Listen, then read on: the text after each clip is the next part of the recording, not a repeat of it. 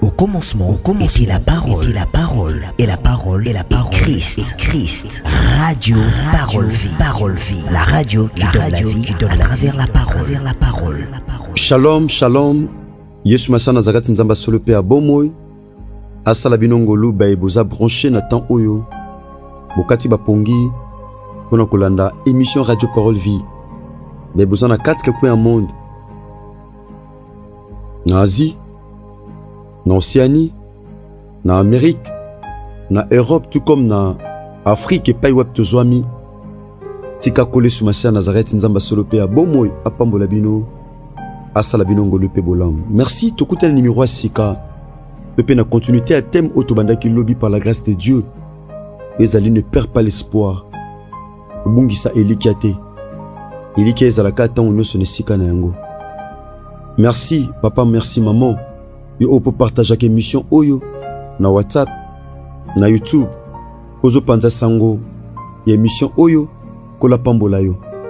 Toza chaque jour, tous les matins, na 5h45 na de la foi TV.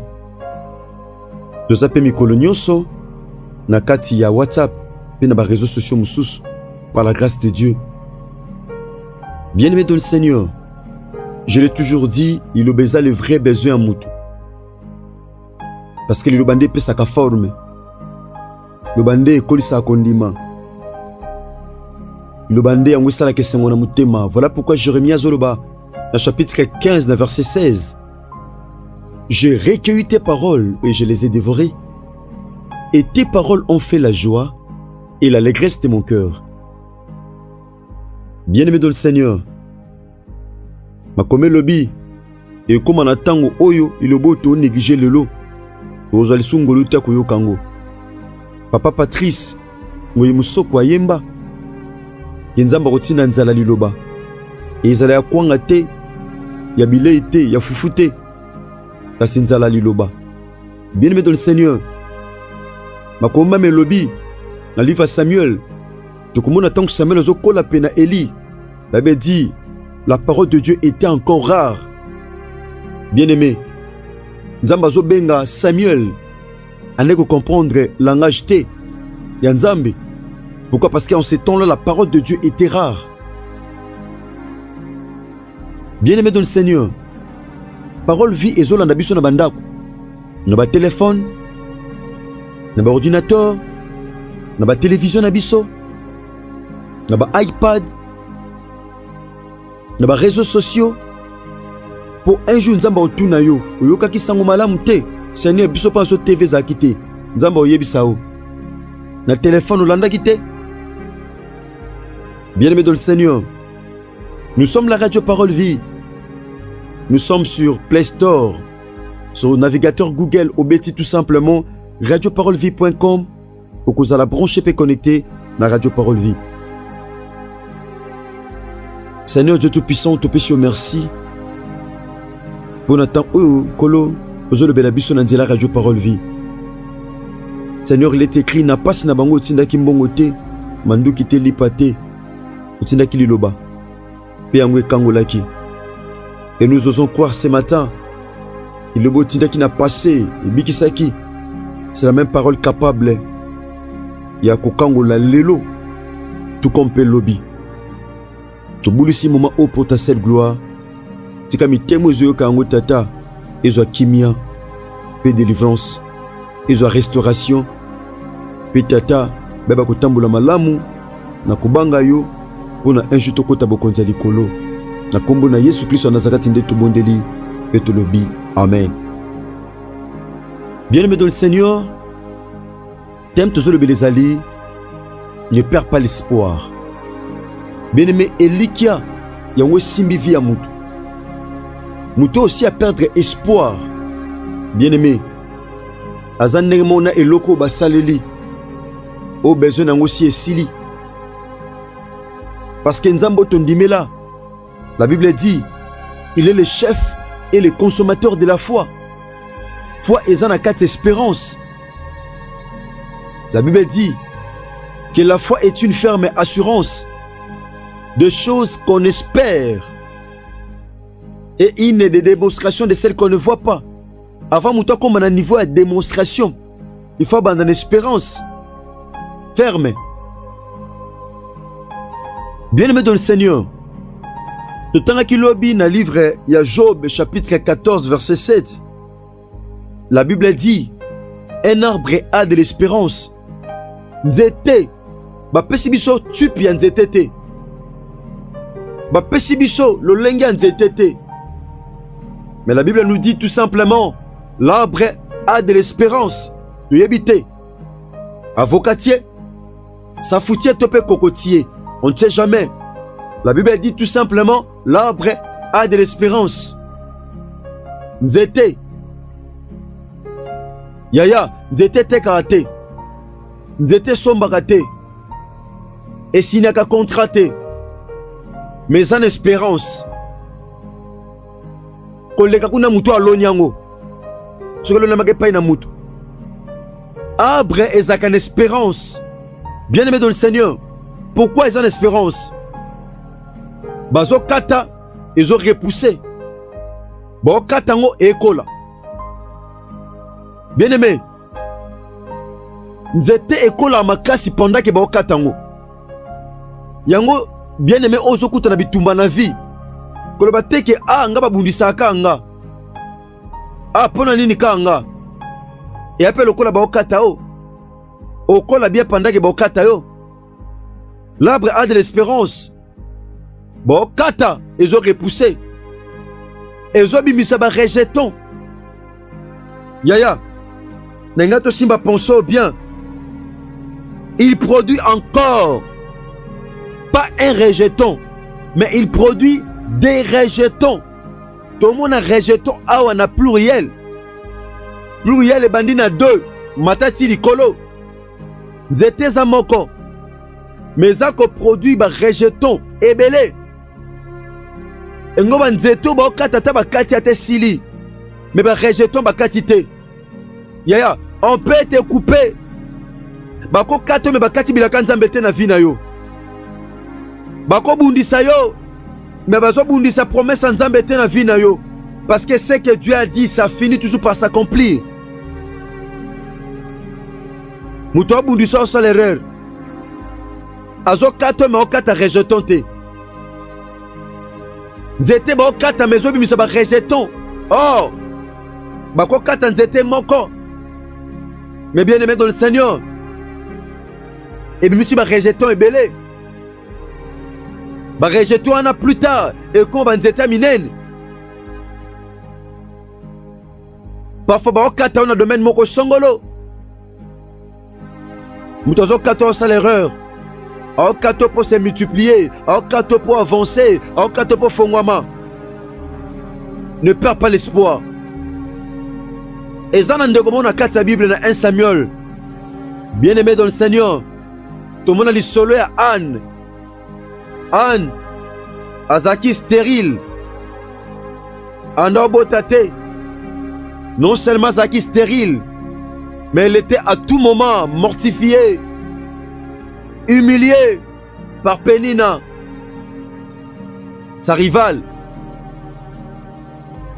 Bazo humilié et beauté peu batal. Amela milang. Melissa mona total yo.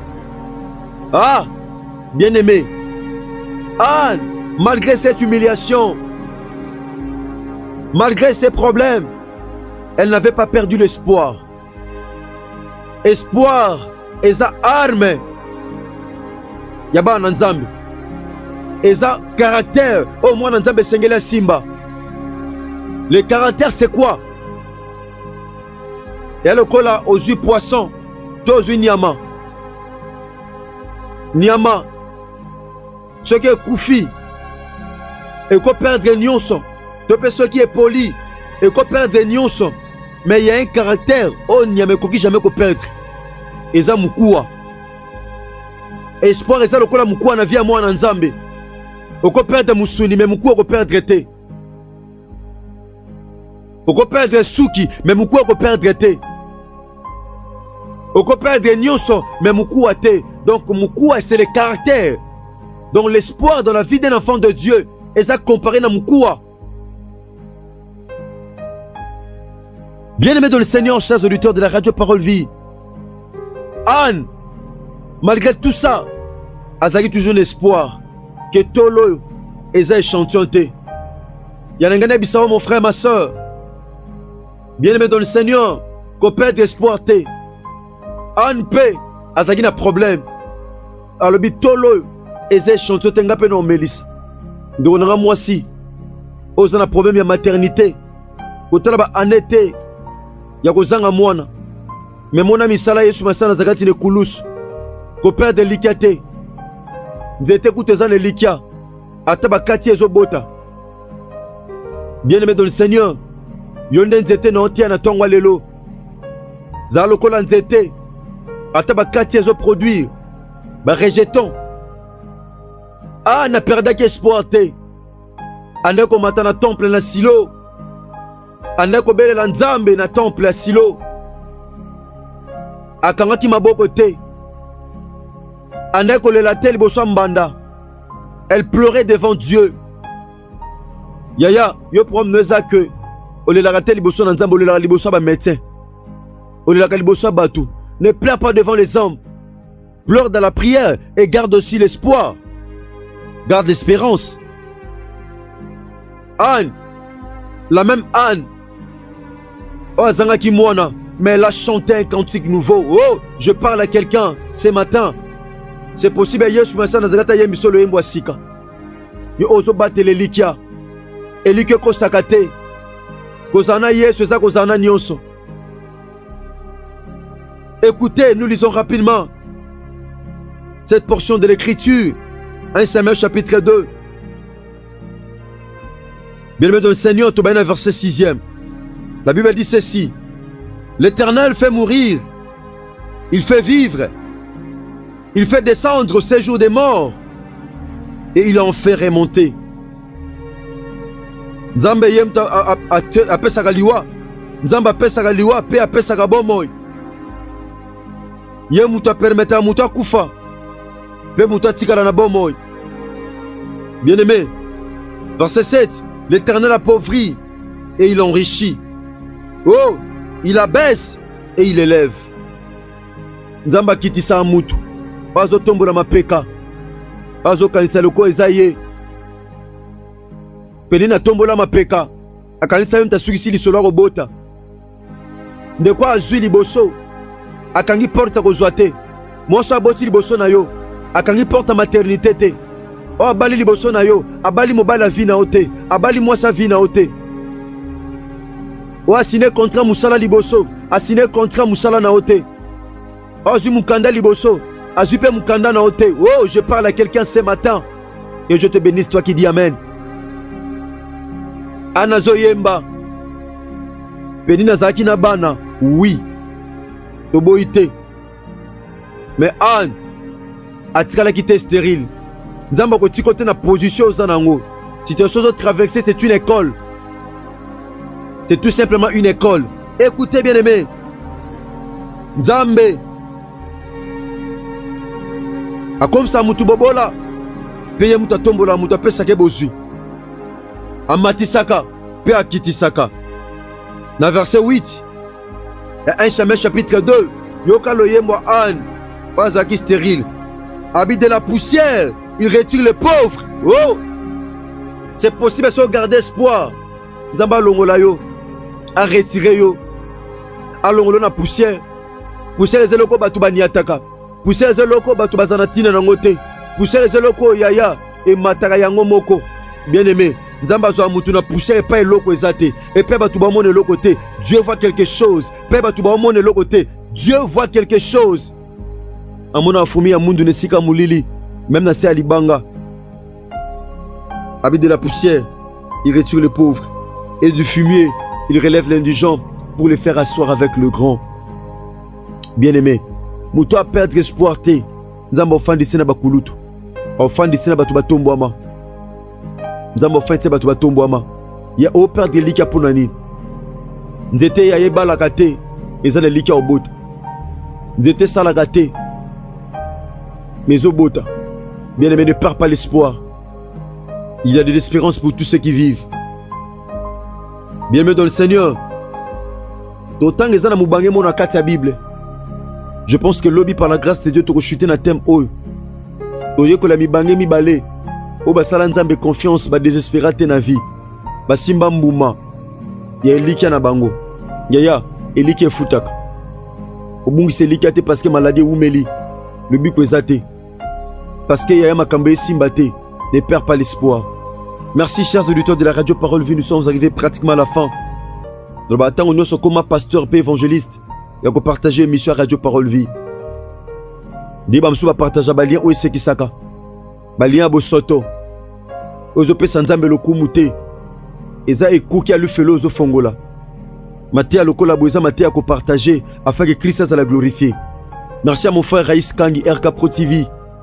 Merci mon frère Jessa Pemba Mayamona. Mon frère Chris Kundenga DG. Et puis notre frère Trésor Ting. Kolapambo Labino. Merci.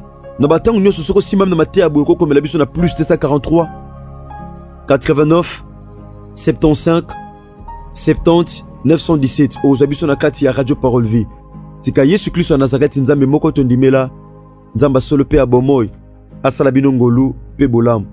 Utani bongo lobi na numéro à Sikasino. Merci que Dieu bénisse. Au commencement, était la parole, et la parole, et la parole, et la parole, Christ, Christ. Radio, Parole Vie, Parole Vie. La radio qui donne la vie, à travers la parole, la parole.